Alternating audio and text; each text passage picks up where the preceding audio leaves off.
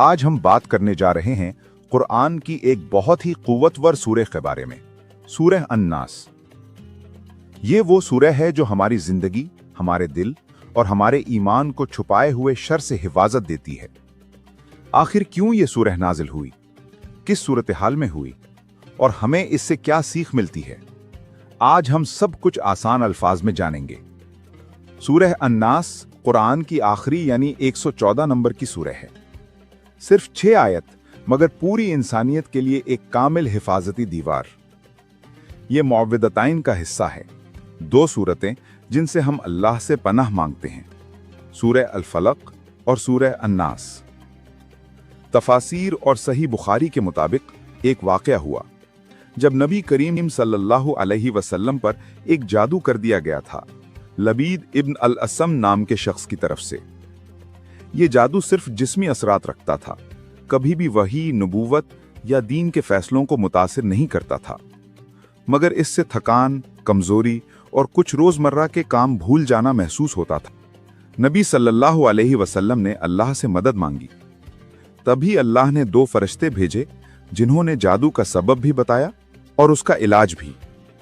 और वो इलाज था सूरह अल-फलक और सूरह अन्नास।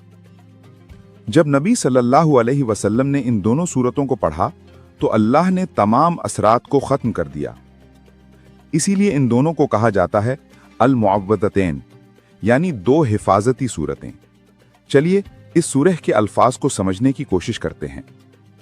कुल आऊदु बिरब्बिन नास, यानी मैं पनाह मांगता हूं लोगों के रब से। अल्लाह हमारा पालने वाला, हमारी हिफाजत करने वाला।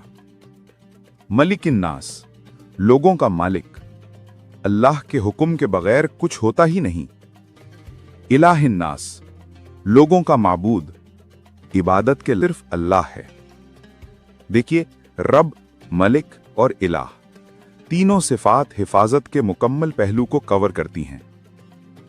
फिर फरमाया मिन शर्रिल वसवासिल खन्नास, यानी वो जो वसवसा डालता है और फिर छुप जाता है। शैतान का मिजाज है, जब आप अल्लाह को याद करते हैं तो वो पीछे हट जाता है, और जब गफलत होती है फिर वसवसा डालता है। अल्लज़ी युवस्विसु फी सुदूरिन नास, वो इंसान के सीने में वसवसा डालता है।